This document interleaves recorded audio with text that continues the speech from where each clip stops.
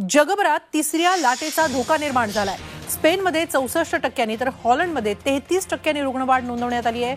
भारतालाही सावधगिरीचा इशारा कोरोना कृती गटानं दिलेला आहे। पुढचे 100 ते 125 दिवस भारतासाठी अत्यंत महत्त्वाचे आहे, त्यामुळे आरोग्य मंत्रालयानं हा अलर्ट दिलेला आहे। जगाची वाटचाल कोरोनाच्या तिसऱ्या लाटेच्या दिशेनं सुरू असल्याचं दिसतंय। आठवड्याभरात स्पेनमध्ये रुग्णांची संख्या 64% तर हॉलंडमध्ये 33% वाढली। Myanmar, Thailand, Indonesia, Malaysia, Bangladesh या पूर्वेकडील देशांमध्ये देखील झपाट्यानं रुग्णवाढ झाली आहे। त्यामुळे भारतानेही सावध राहिलं पाहिजे, असं मत कोरोना कृती गटाचे प्रमुख आणि नीती आयोगाचे सदस्य डॉक्टर व्ही.के. पॉल यांनी व्यक्त केलंय। तर भारतासाठी पुढचे 100 ते 125 दिवस महत्त्वाचे असल्याचंही म्हटलं जात आहे। पाहूया या संदर्भातला एक सविस्तर रिपोर्ट।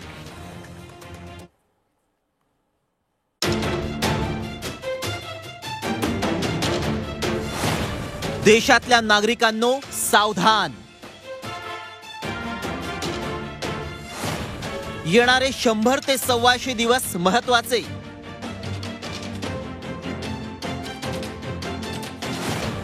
तिसरी लाट गांभीर्यानं घ्या।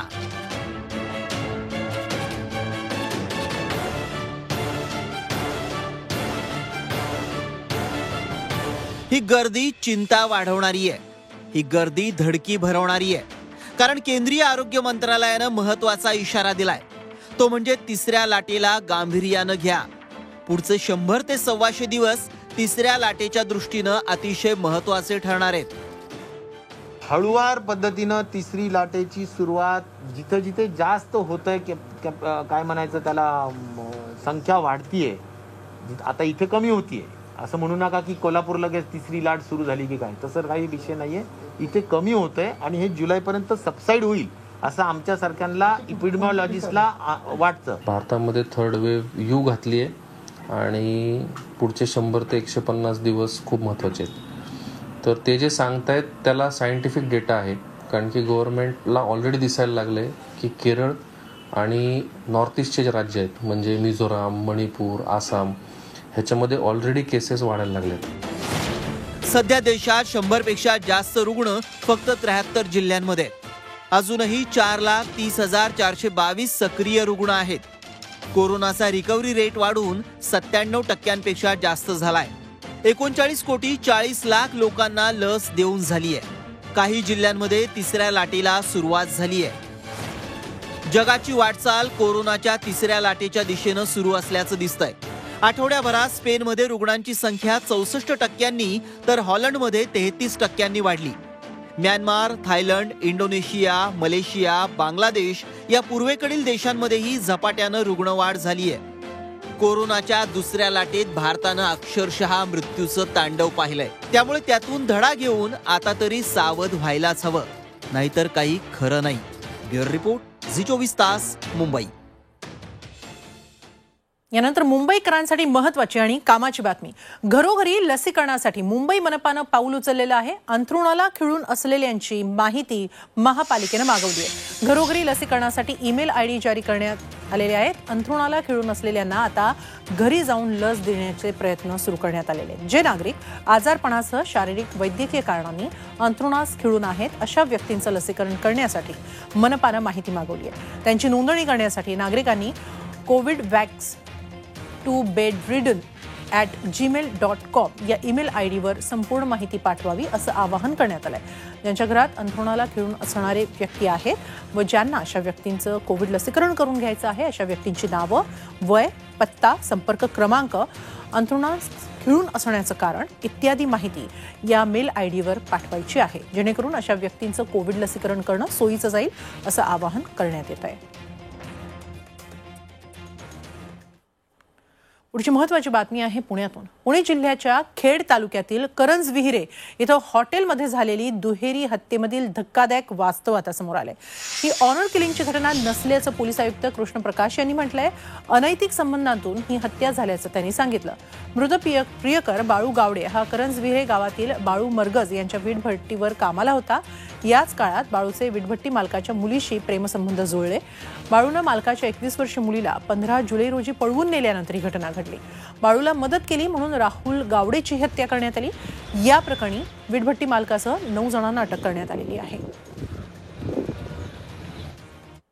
आता आमच्या जावई जर साहेब घेऊन चालले, आताच मी सांगितलं ना, ह्या लेकराला पोत्यात घालताना जर वरडणार ना, बरोबर वरडणार का नाहीये, तर ती एवढी मोठी पोरगी जावेनी दोघांचं काय असेल सेटलमेंट म्हणूनच ती घेऊन गेला ना, बरोबर त्याच्याशिवाय तिथे संघ बांधून पोत्यात नेली नाहीये, असा तर काय प्रकार घडला नाहीये. मय्यत आहे त्यांची बायकोने यामध्ये मारहाण केलेली आहे, स्वतः त्यामध्ये सामील आहे मारहाणमध्ये, आणि त्यांचे 2 मुले आहे. कारण हे काही लग्नासाठी पळवून नेले नव्हते, पण हे अवैध संबंधासाठी पळवून नेले होते. त्यामुळे ऑनर किलिंग, मॅरेजसाठी घेऊन गेले, पळवून नेले, त्यामुळे ऑनर किलिंगचा काही प्रकार हा वाटत नाही. खटल्याचा एका दिवसात आणि तो देखील घर बसल्या निपटारा होईल यावर कुणाचाही विश्वास बसणार नाही. पण आता हे शक्य होणार आहे ते ई-महालोक अदालतीमुळे. 1 ऑगस्टला राज्यात पहिल्यांदा जळगावमध्ये असा प्रयत्न केला जातोय.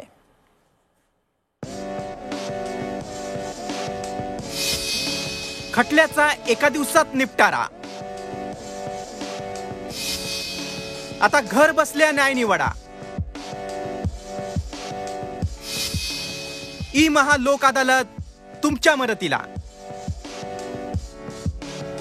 वाद उद्भवला तर तो शक्यतोवर सामंजस्यानं सोडवावा असा प्रयत्न असतो. गावातील जुनी जाणती माणसं एकत्र येत आणि कोणाहीमध्ये उद्भवलेला वाद समजुतीने गाव पंचायतीत मिटवत. सध्याचं लोक न्यायालय म्हणजे या गाव पंचायतीचं आधुनिक रूप असं म्हणू शकतो, जिथे कायदा जाणणाऱ्या निपक्षपाती लोकांचं न्यायमंडळ आहे. त्यांच्या पुढे येणाऱ्या प्रकरणांमध्ये सामंजस्यानं न्यायनिवाडा केला जातो. हे मंडळ ऑनलाईन पद्धतीनं सामोपचारानं वाद मिटवणार आहेत. ई-महाअदालतच्या माध्यमातून घर बसल्या न्यायनिवाडा होणार आहे.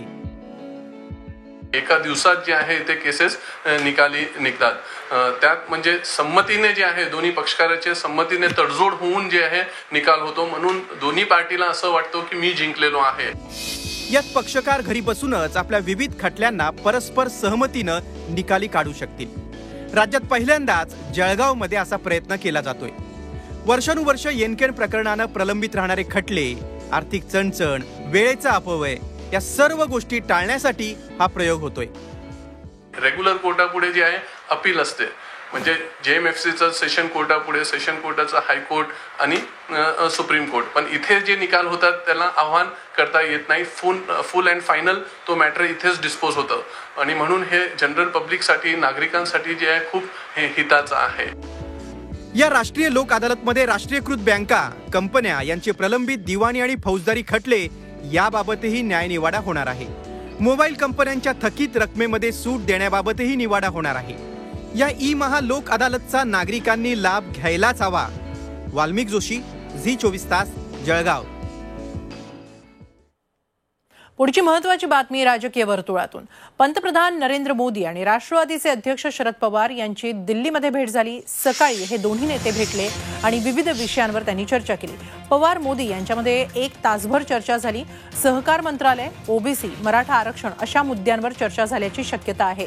तर राज्यातल्या विविध मुद्द्यांवरही चर्चा झाल्याचं समजतंय.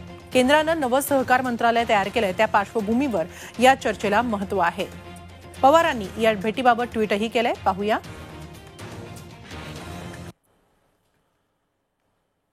आज माननीय पंतप्रधान नरेंद्र मोदींची भेट घेतली. महत्त्वाच्या राष्ट्रीय विषयांवर चर्चा झाली. अनेक महत्त्वाच्या मुद्द्यांवर चर्चा झाली. तर शरद पवार मोदी भेटीवरून राजकीय वर्तुळात तर्कवितर्कांना वेग आलाय. मात्र ही भेट राजकीय नव्हती, तर विविध विषयांसंदर्भात होती असं नेते सांगतायत.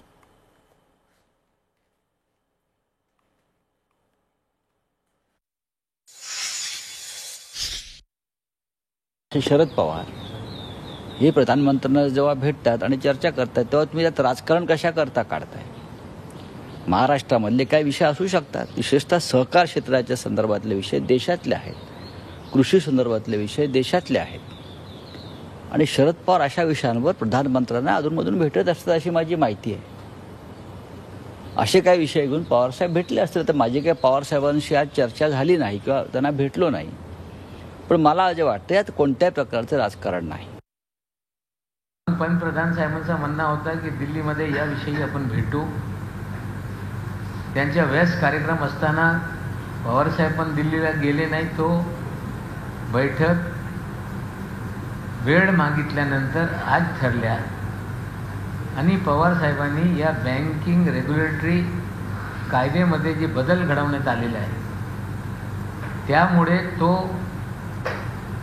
खातेदार असतील, शेअर होल्डर असतील, बँक्स असतील, त्यांच्या इंटरेस्टच्या विरोधात कसं आहे हे सगळं पत्राद्वारे साहेबांनी मोदी साहेबांसमोर विषय ठेवला. पवारांचं काय असू शकतं तर सहकार कायद्याच्या विषयातली स्पष्टता करून घेणं, हे काय नवीन तुम्ही काढलं. पवारांच्या आणि मोदींच्या भेटीचं काय असू शकतं तर प्रामुख्याने कृषी कायद्यावर काय करायचं की जवळजवळ इतके महिने लोक बसलेले आहेत. पवारांच्या भेटीमध्ये आणि मोदींच्या भेटीत काय असू शकतं तर ओबीसीच्या विषयामध्ये पुन्हा एकदा त्यांचा जो भ्रम आहे की केंद्राने डाटा दिला पाहिजे असे विषय लोकसभा आणि राज्यसभेच्या आधी वेगवेगळ्या पक्षाच्या नेत्यांनी भेटून त्यांनी जे त्यांच्या पक्षाचे आणि मतदारसंघाचे विषय आणलेले असतात ते पुश करायचे असतात. ही नॉर्मल भेट आहे असं माझं मत आहे. पण तरीही काय घडलं असेल तर ते मला माहीत नाही की महाराष्ट्रामध्ये आत्ता वेगळी राजकीय घडामोड घडण्याची शक्यता कमी का वाटते तर ह्या सगळ्यांना आता एकत्र राहायला काही पर्याय नाही. हे एकत्र राहिले नाही तर मग त्यांची स्थिती फार वाईट होईल. पवारांचा डोक्यावर आशीर्वाद असल्यानंच उद्धव ठाकरे मुख्यमंत्री पदावर आहेत असं विधान राष्ट्रवादीचे खासदार डॉक्टर अमोल कोल्हे यांनी केलंय. पुणे जिल्ह्यातील नारायणगावमध्ये पुणे नाशिक महामार्गाच्या बाह्यवळण रस्त्याचं उद्घाटन त्यांच्या हस्ते झालं. त्यावेळी त्यांनी मित्रपक्षाला जोरदार चिमटे काढले. काँग्रेस प्रदेशाध्यक्ष नाना पटोले मित्रपक्षांवर आगपाखड करत असताना आता राष्ट्रवादीचे नेतेही शिवसेनेला टार्गेट करू लागल्याचं त्यामुळे स्पष्ट झालंय. विशेष म्हणजे माजी खासदार शिवाजीराव आढळराव आणि कोल्हे यांच्या श्रेयवादात अडकलेल्या या कार्यक्रमाच्या फलकावर मुख्यमंत्र्यांचा फोटो टाळण्यात आला होता. प्रामाणिकपणे सांगतो माननीय मुख्यमंत्र्यांविषयी आदर आहे पण माननीय मुख्यमंत्री पदावर आहेत कारण आदरणीय पवार साहेबांचा आशीर्वाद त्यांच्या डोक्यावर आहे. त्यामुळे ही गोष्ट विसरू नये. बहिणाबाईंची जात्यावरची ओवी म्हणजे